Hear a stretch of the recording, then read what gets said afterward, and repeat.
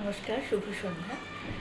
দেখুন, আজকাল আমরা যদি সমাজের সার্বিক একটা পরিস্থিতির দিকে তাকাই বা ভাবি, তাহলে দেখব অনেক খুব ছোট বয়স থেকে বা অ্যাডোলেসেন্ট থেকে অনেক অল্প বয়সী বাচ্চারা, অল্প বয়সী মানুষেরা যারা যৌবনে আছেন এবং জীবন হয়তো জাস্ট শুরু হয়েছে, তারাই খুব সহজে নিরাশায় ভুগছেন, হতাশায় ভুগছেন, খুব সহজে যাকে বলে দুঃখ পাচ্ছেন বা পথভ্রষ্ট হচ্ছেন বা এমন কিছু করছেন যেটা করা উচিত নয়। এর অনেক কারণ আছে, এরকম কোনো একটা কারণ নেই। কিন্তু দেখুন, আগেকার দিনে যেমন ছিল না যে গুরু, একজন দীক্ষা নেওয়া, সেটা অনেক অন্য রকমের ব্যাপার, অনেক বড় ব্যাপার। সবার পক্ষে সেই দীক্ষা নেওয়ার মন, অবস্থা, পরিস্থিতি নাও থাকতে পারে। আমি সেটার কথা বলছি না। যেটা গুরু মানে কি, একজন মেন্টর, যে একজন আপনার গাইড, একজন পথপ্রদর্শক মতন। এবার আপনি বলবেন, আমি কি তাহলে একজনকে, কাউকে মেন্টর কি চুজ করব? আমি বলবো হ্যাঁ, সেটা আপনি কোন বিষয়ের হবে, যেই এইটা শুনছে ভিডিওটা, আমি জানি না। আমরা না যদি কাউকে একটা মনে করে নিই যে আমার অনুপ্রেরণা মতন, বাবা আমি এর মতো হতে চাই, এর সাথে কাজ করতে চাই, বা এই ধরনের, বা যার কাজ বা যার কথা বলা, যার আমাদের ভালো লাগে, তাকে আমরা অজান্তে কখনো মেন্টর ভেবে ফেলি। সে হয়তো জানেই না যে আমি তার মেন্টর, মানে তিনি আমার মেন্টর, বা আমি তাকে মনে করছি আমার মেন্টর হিসেবে, বা আমার অনুপ্রেরণার কারণ, আমার খুব তাকে ভালো লাগে। কিন্তু সেটা থাকতে কি অনেক ভালো মানুষ, বিভিন্ন বিষয়, সেটা প্রত্যেক মানুষের ক্ষেত্রে আলাদা কেউ হবে। এবং সেটা থাকলে যেটা হয়, আমরা অনেক সময় একটু তার মতো করে কিছু করতে চেষ্টা করি, এবং সে আমাদের হয়তো অনেক সময় অনেক আলো দেখায়, দিশা দেখায়, এবং ভেঙে পড়লে হয়তো শক্তি দেয়।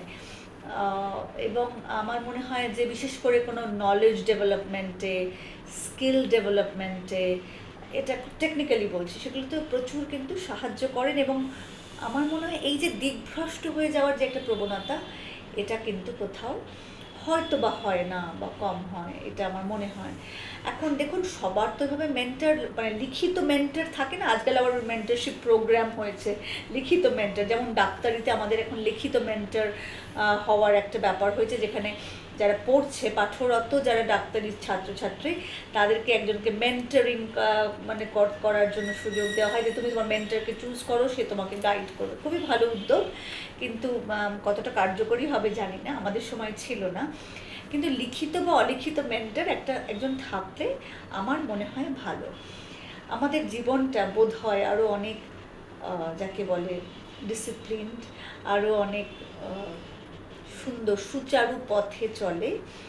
আমরা নিরাশ, হতাশ হয়তো একটু কম হব।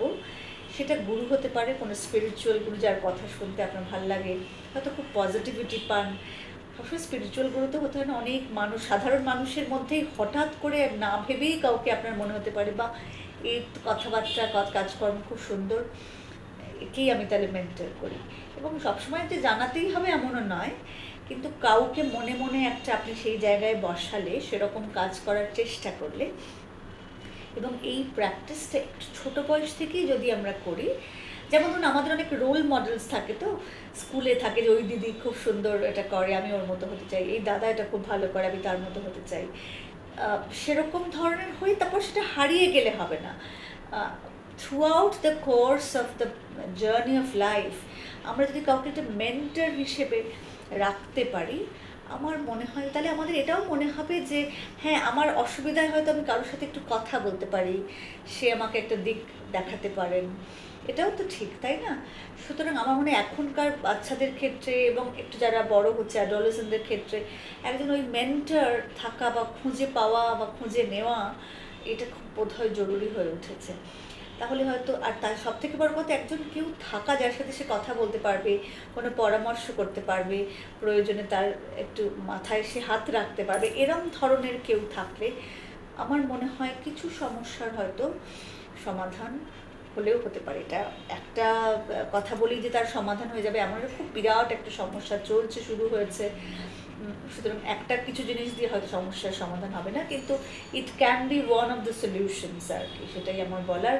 সুতরাং মেন্টর, আমরা বড় বয়সে এসে, ধরুন আমারও যদি আমি কাউকে ভেবে নিই, আমি আমার একজন জেঠুকে ভাবতাম তিনি আমার মেন্টর, এখনও ভাবি। আমি তার কথা বলি, রথিন জেঠু, তিনি আমাদের মধ্যে আর নেই, আমি তাকে আমার সশ্রদ্ধ প্রণাম জানাই, কারণ জেঠুর উপস্থিতি আমার জীবনে খুব এখনও আছে। আমি মনে করি উনি আমাকে আশীর্বাদ করছেন নিশ্চয়ই, কারণ সবসময় উৎসাহ দিয়ে গেছেন, বলেছেন যে তোমার উপরে আমার বিশ্বাস আছে, তুমি এগিয়ে চলো, তোমার ভালো হবে। এই যে কথাটা, যে নিরবিচ্ছিন্ন বিশ্বাস, নিঃস্বার্থ একটা সাপোর্ট, বা খানিকটা অসুবিধা হলে কখনো কোনো পিঠে হাত রাখা, মাথায় হাত দেওয়া, যে ঠিক আছে চিন্তা নেই, এটার বোধহয় খুব প্রয়োজন আছে। আপনারা জানাবেন কেমন লাগলো। মা বাবা তো নিশ্চয়ই মেন্টর, তারা তো গুরু, এতে কোনো সন্দেহ নেই। মা বাবা তো মহাগুরু এবং তারা সবসময় পথপ্রদর্শক, এতে তো তাদের আশীর্বাদ সবসময় না বলতেও থাকবে আর কি, মানে এটা তো বলার অপেক্ষা রাখে না। মা বাবা তো নিশ্চয়ই আছেন, সেটা অ্যাবসলিউটলি। কিন্তু আমি বলছি এছাড়াও, মা বাবা ছাড়াও যে কোনো বয়সের কেউ একজন মেন্টরও কিন্তু হতে পারে, সমবয়সী হতে পারে বা একটু বড় হতে পারে। সবসময় যে খুব গুরুজন জায়গার ওই স্থানীয় ব্যক্তি হবেন এমন নাও হতে পারে, কিন্তু কাউকে একটা যদি মেন্টর হিসেবে আমরা ভাবি যে আমাদের একটু পাশে থাকবেন, তাহলে হয়তো আমাদের অনেক সমস্যার সমাধান হতে পারে। ভালো থাকবেন, ধন্যবাদ।